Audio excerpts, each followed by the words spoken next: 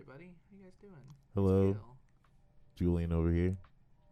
Hope you guys are enjoying your guys' day. It's snowing again, Yeah. so I hope you aren't enjoying your day. Oh, yeah. I mean, I hate the snow. I Definitely. despise the snow. Today, yeah. It's terrible. Yeah, I mean, it's okay. It's terrible. Why do people live here for? The sky literally freezes and then falls on top of people. That doesn't make any fucking sense. And it hurts our skin. That's true. Yeah. Frostbite is real. Mm-hmm. But today we're talking about the 13th Warrior, Julian's pick of the week. My grandfather and I used to watch this movie like every Sunday. It's very near and dear to your boy's heart. This was my first time watching it, and I can start off saying I don't know how to feel about this movie. It stars Antonio Banderas. That's really the only person you need to fucking really know, the to be only person honest. you need to know. I don't think there's anyone else in that movie where I'm like, okay, like, yeah. What did we say The budget was? Yeah. It was like they said that the budget was 85 million to like 160 million, and then they only made 61.7 million in the box office, which, like, to date, this is our like most successful movie that we've done in terms of like Rotten Tomatoes and actually making money. So let's go me. Clap it up. Okay, so 33 is still not good. I'm just saying, it's Joe better Dirt, than I think it's at 35%. It's that low? Yeah. Joe Dirt's awesome. I'm just saying, Joe Dirt. Yeah. So I watched it last night. I didn't understand any of it. I don't know what the hell is going on the entire time. What you mean? All I remember was Antonio Banderas, some dude that looked like a knockoff Raiden from Mortal Kombat with a really terrible wig. I can see it. The cinematography was pretty cool. I liked it. It was really emerging. I feel like I was in the 90s because of all the lighting and stuff. I mean, the movie was made in 99. Yeah, it was made in 99, which we didn't even say, but I liked it, but I didn't like it. It's old. I don't know. Old movies don't bother me, but also medieval movies aren't really my thing either. For real? Yeah. Bro, swordplay is my jam. Except for like Lord of the Rings and stuff, I can get down with that. But all those movies are walking.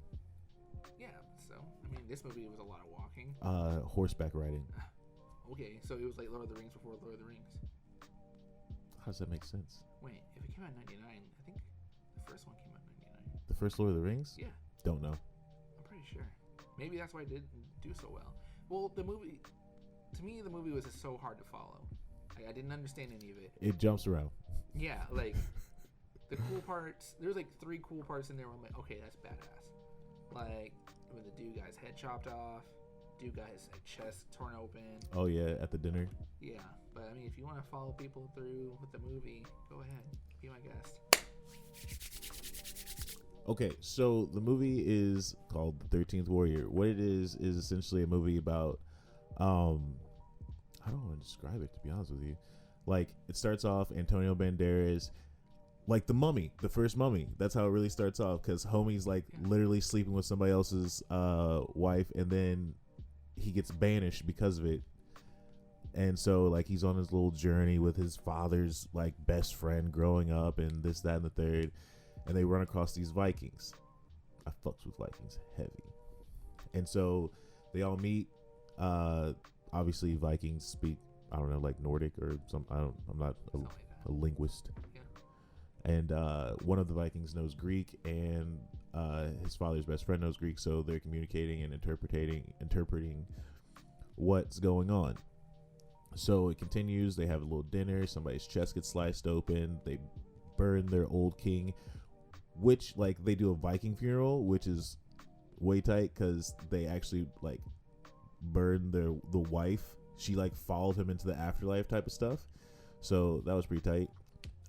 It continues. Eventually, like, it's a morning scene. There's a kid who's showing himself because, like, apparently Vikings have like hella superstitions, and they thought that like he could have been a spirit, so he's showing himself to make it so like the Vikings know that he's actually there instead of just like a random spirit that's hanging out in front of them, which is like strange to even think about. But continues. He's actually a messenger. His father sent him to find. Essentially, his name's Beowulf, but they spell it weird in the movie. But that's like Beowulf is the one that you said is the knockoff Raiden with with the fake horrible wig. You understand, because now you probably think about it and you're like, all right, I see it now. Yeah, that wig was pretty bad. He literally had the worst wig in the entire movie. I think everybody else's hair was natural. Yeah. No. Okay. Well, there was another dude that had like a mullet, and his was pretty bad. I think one of the dudes actually had a perm too. He had a Jerry curl. Yeah. Exactly. He had a Jerry curl for sure. Jerry curl. Yeah, he had a Jerry curl for sure. But it's because of, I think they're called Wendels or something like that. I can't remember specifically. I'm bad at stuff like this. But they're essentially like an ancient race. They're Native Americans. So essentially, like, it's like, oh hey, we're trying to colonize this land, and then the people of the land that have been there for eons were just like, no. And so they keep attacking these people. They steal the crops. They kill the people. They take the bodies. They're cannibals. So they eat them and stuff like that too. They take their own bodies back. Like if they were to be killed, they like drag their own comrades' bodies back to like where they belong and stuff. So, you know, that's some ride or die shit. The movie continues on. They go to this land where like the king's like, he's old as dirt. Like, they literally say in the movie that he might be a mad king and he might be like, just, this might be in his head. But it turns out it's true. They, like I said, they figured out that they like the Wendels or something like that. Like, it's like, at first they treat the name like it's like Voldemort. Like, oh, don't say it, I can't say it, type of stuff. But eventually they just start busting it out there and they don't care anymore. Him and I talked about this. Like, it's a slow movie. It's a slow burn at the beginning because literally it's like jumping from place to place, and once they eat their dinner, they literally do a scene where they're faking sleeping because they know that these creatures, or they're humans, are going to be coming for them because they've been spying on them throughout the entire time they've gotten to this island. So that's the first battle scene, and it features a man's head literally getting ripped off, which was pretty tight. Like, for like they cut his throat, and then they're like, I guess I'm gonna take the skull too. So they snatched him up.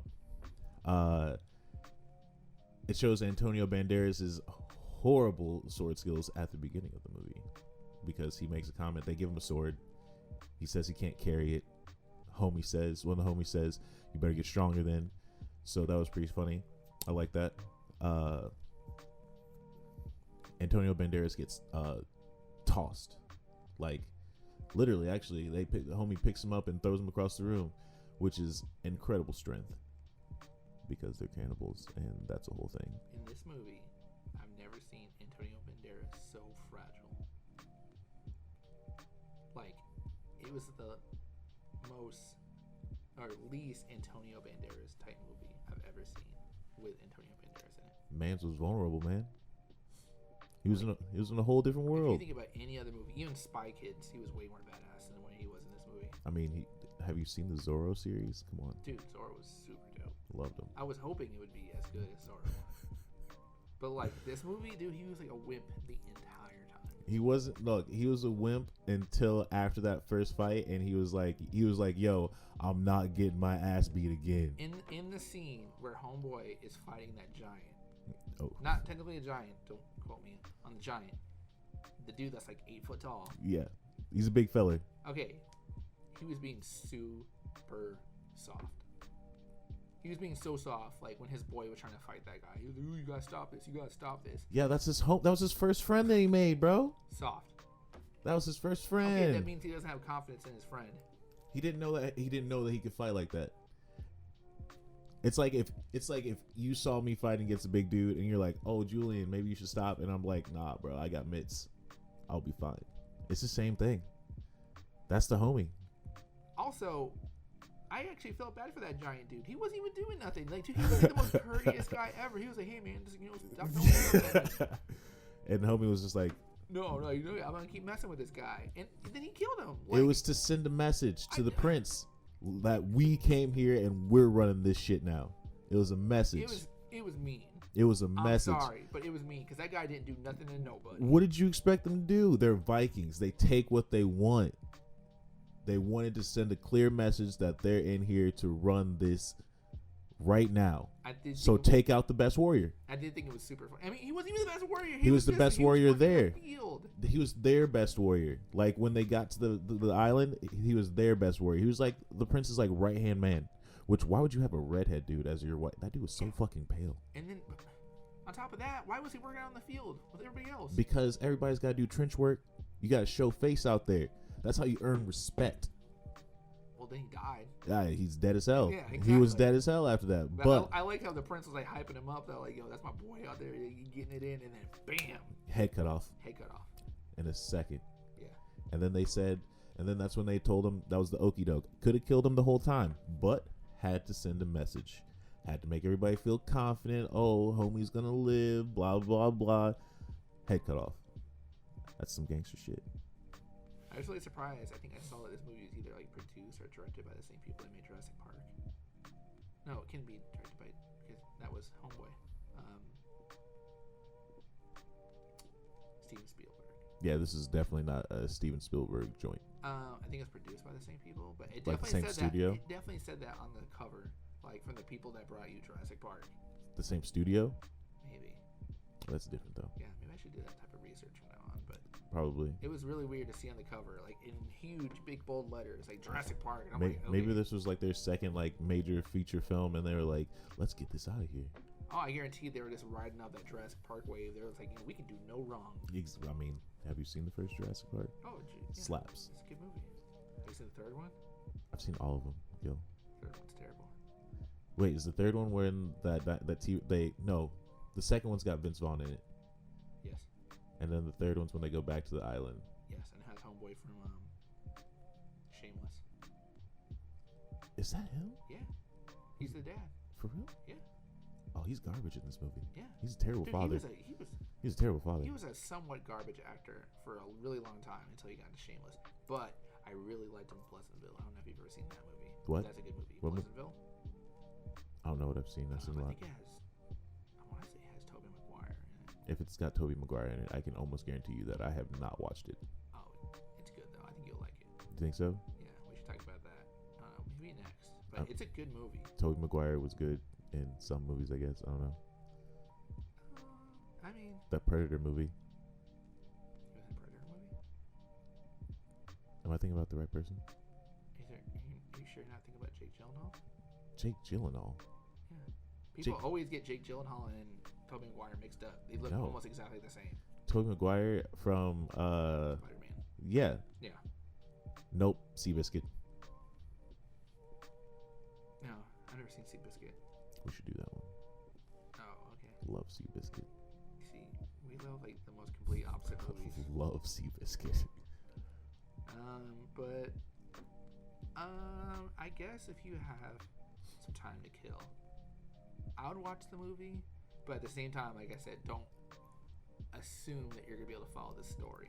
Yeah, the story really does jump around a lot. Like they literally go from one scene they're fighting back to back, and in like the when they were pretending to be asleep, and then they jump directly to them digging trenches, and then they were talking what Gil was talking about, where like they killed that 8-foot tall redhead guy, and then from there it like takes a big leap, and there's a big battle because what they call it, the fire verm, which is like literally them saying it's like a dragon. They thought a dragon was coming down the hill. Legit. They thought I legitimately thought they were gonna actually bring one. Okay, so when I was watching it, I just saw a trail of fire, and I literally thought they were footsteps of fire. And I'm like, that's the hardest thing ever. And then they panned in, and they're like, oh, these are just dudes with torches. Yeah. But for a second, they really had me, because I'm like, yo, like, that's next level. I never would have thought about something That would have gone pretty hard. Yeah, exactly. But no, Because they're like, oh, it's a dragon, it's a dragon. I'm like, is it really a dragon that's just like, it has these fire footsteps? I was like, that's fire. But no, it was just some guys with torches. Yeah, it was just a bunch of dudes with torches. But like I said, like that scene, the cinematography was really good. It was solid. Oh, in like, the thing I appreciate about the movie is they did a lot of things pretty cool. Like, a lot of things that for the time probably no one was doing. Like, I could be wrong. Like making a Hispanic person Arabic. I still don't understand that. That's next gen right there. I think if they got someone that wasn't Antonio Banderas, the movie would have been easier to follow. They weren't ready for that life yet. Like, it's a 99. They're no, the man, like, what, in the 90s Russians were still villains, and the 2000s Arabic people became villains. Do you remember Homeboy with the long hair from The Mummy?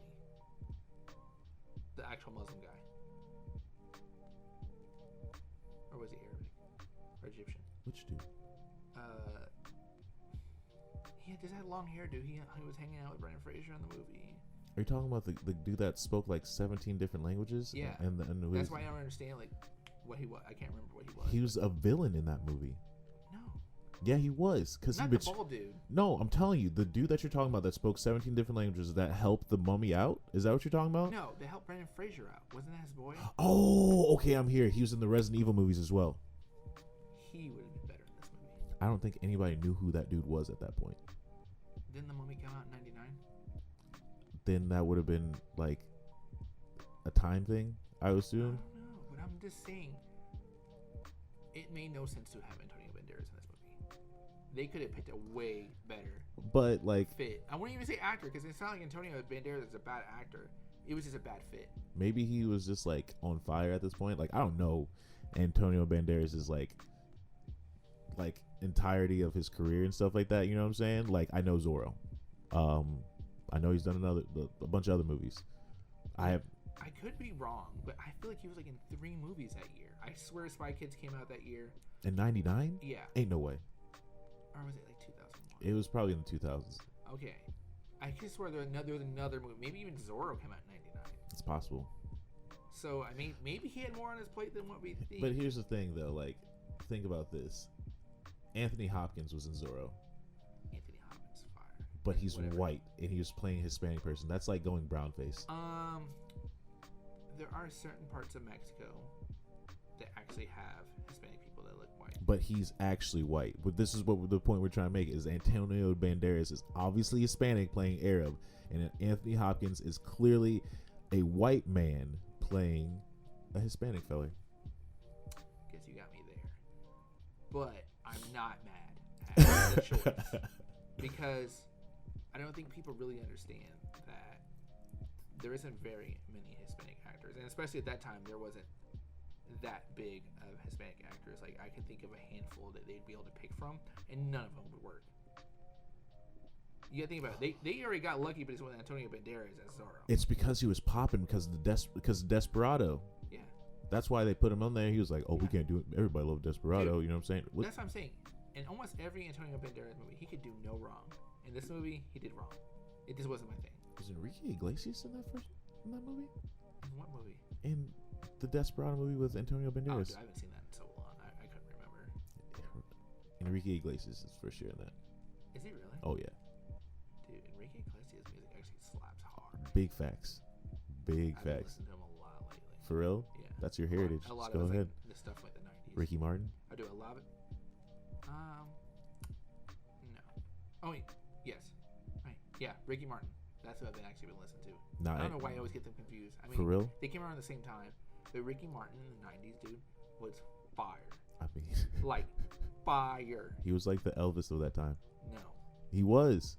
Like, he actually sang in Spanish. He was like Elvis, you know what I'm saying? They're like, you can't go to his concerts because he does a lot of gyrating of the hips and this and that and the third. He's over sexualized, and then boom, he doesn't even like girls. I guess you got me there. And then that's 2 for 2. And then William Hung came out, changed the world.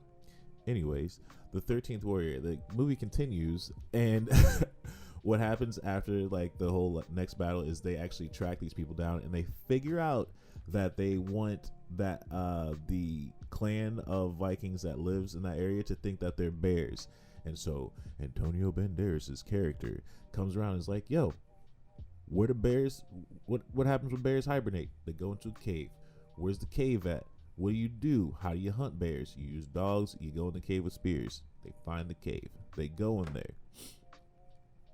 I kind of don't want to ruin anything just in case somebody wants to watch it. You know what I'm saying? Yeah, but like, but it's the being in the cave scene like was intense. You actually painted a better picture and actually gave me more context than the actual movie did. Did I? Yes. For real? Yes. Because they said the same thing in the movie. Yeah. So like, it's one of those things where like, no, the movie slaps. You really have to pay attention to this movie. Because like I said, I paid attention. I didn't understand any of it. If you don't pay attention, you're for sure gonna miss like a little bit of dialect, which I think is smart. You know what I'm saying? Because like they explain, they literally do explain everything in the movie. Like everything that happens, they have a reason for, and this and that. So like, I would check it out. Like give her a peep. And if you don't like it, I don't care about your opinion. No. Because I like it. So you give this 5 Julians. I'll give it 4.5. 4.5 Julians. There's only a couple movies that I give 5s. Like Joe's Apartment. Absolutely not. If I could give, what's Dave Chappelle say in that skit? I wish I had more hands so I could give that 4 thumbs down. I would give it 5 thumbs down. That's how I feel about this one. Joe's Apartment for sure was the absolute baby boo boo. All right. Well, what do you want to do next week? It's your turn to choose. Well, just to get morale up, I will actually post that on Instagram. Keep them waiting. Oh, it's gonna be a surprise. Oh, it's gonna be a surprise. Oh, word. Okay. I gotta figure it out. Okay. Figure out what's the main thing right now. What's really going on in South Dakota? No, nothing's going on in South Dakota. Well, that's our show for this week. Thank you for checking out episode 3. Gang. Make sure to check out anti-movieclub.com, all our socials. Give this a like, subscribe, ring the bell for more notifications. And I guess we'll see you guys next week. We sure will, with Gil's surprise movie that I'm sure will be a banger. It won't be. See you guys next week. Bye.